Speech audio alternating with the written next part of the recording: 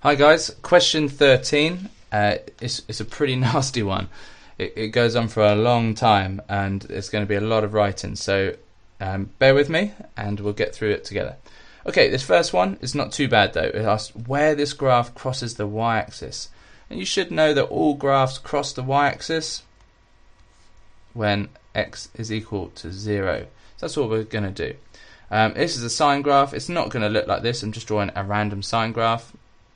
That looks more like a cubic graph, so let's just make it look a bit like a sine graph. Now, this is where x is equal to 0. So let's just do that. So let's take this horrible looking thing and just rewrite it so that x is 0. So instead of writing 2x, I'm just going to put 0 or nothing. And that leaves me with 5/6 of pi. I like to write it like this, far more easier to deal with later. Now all you're going to do is simply just type that into a calculator, make sure you calculate it in radians, and you get 1. So therefore the coordinate is 0 and 1. To do part B, I'm just going to remove this. I want to start with a nice clean page. Okay, so in part B we're asked to find the values of x for which y is equal to square root of 2. And we know that y is also equal to this, so we're going to have to put these two things equal to each other. So let's go ahead and do that. So 2 sine 2x plus 5 pi over 6 is equal to the square root of 2. Okay, so we can't begin to solve with this coefficient here, so let's divide throughout by 2 and we'll get this. Let's be root 2 over 2. Okay, now this is just like solving a normal one, but this looks pretty tough to deal with. So, but it's not. Alright, so we're going to start with writing our new range. Our new range. So before it was an x, obviously now it is this, so 2x plus 5 pi over 6. Okay, the right hand side, so we're going to double x, so it was 2 pi, so it's now going to be 4 pi, plus 5/6, so it's going to be 4 and 5/6 of pi. And on this side, double 0 is 0, so we're just going to have 5/6 of pi. Now, I don't like writing mixed fractions, they're harder to use later, so let's just transform it now into top heavy. So it's 29 over 6 pi. Okay, so this is our range. We're going to do it. So let's start with our cast diagram. So let's draw it right at the top here. Okay, so C A S T. And now remember, when you do this, you have so much room. I have to squeeze it on this little screen here. So I'll do my best, but I might have to just delete things as we go. Alright, so we know that sine is positive. So where's sine positive? In the first quadrant and the second quadrant. So there are the two angles that we're going to be using.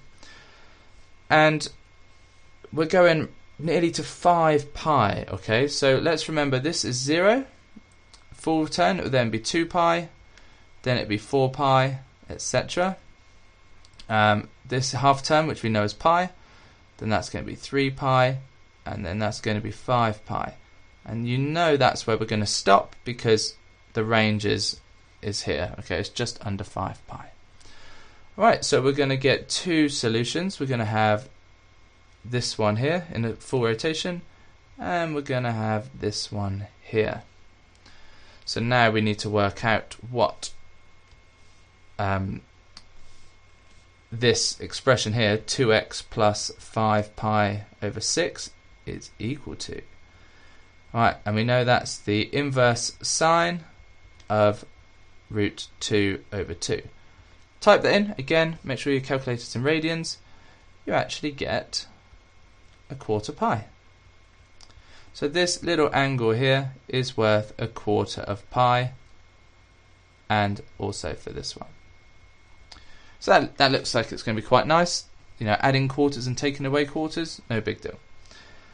Right, so let's get our structure right.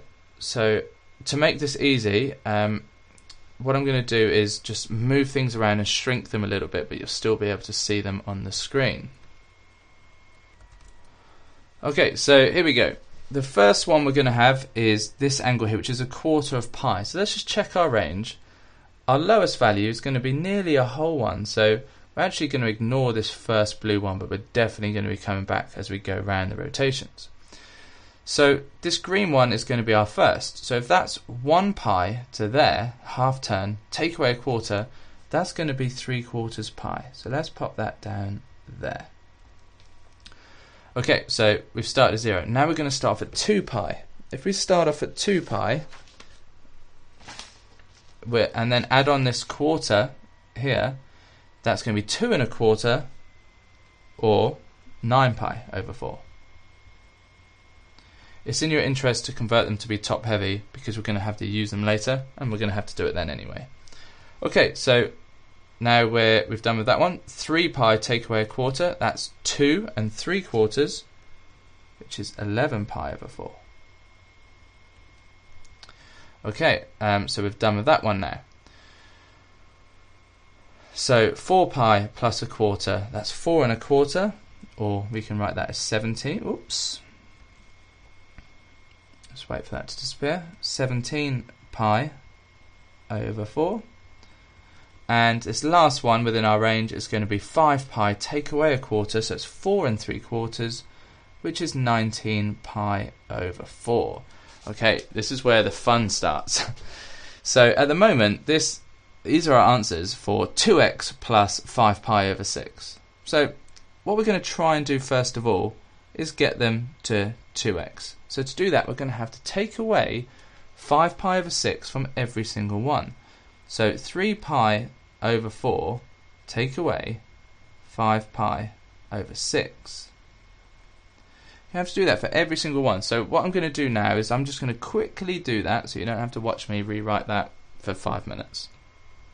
Okay, so here we are. Now, obviously we're going to have to subtract these. We're going to have to tidy these up, and the denominator is going to have to be 12. So we're going to times this one by 3, and you get 9 pi. Take away, we're going to have to times this one by 2, so you're going to get 10 pi. And you're then going to have to do that, and you can see that actually gives me minus pi over 12. So in fact, that one won't even meet our range, so I'm just going to cross that out. I could have saved a bit of time if I had thought about it more, but it's actually good to just write them all down and then just deal with them later on. Okay, so we're going to have to do that for every single one, so I'm going to quickly write it in this light blue colour with its new denominator over 12. Okay, so nearly there. So let's tidy these up. So 27 pi take away 10 pi. Well, that's going to be 17 pi over 12. 33 take away 10, 23 pi over 12. 41, and you just keep going along, just taking away these fractions, nice and simple. So 57 take away 10 is 47. Okay, that's 2x. We've still got to find out what x is. So we're going to have to divide these by 2. Now dividing by 2 is the same as times them by a half, so you're just going to put a 24 along the bottom of every single one of those. So it's going to be 17 pi over 24, 23 pi over 24, 41 pi over 24, and then 47 pi over 24. And we have finished this quite epic question. Hope that made sense, guys. It's a little bit fiddly with the radians and the fractions, but it's not that bad.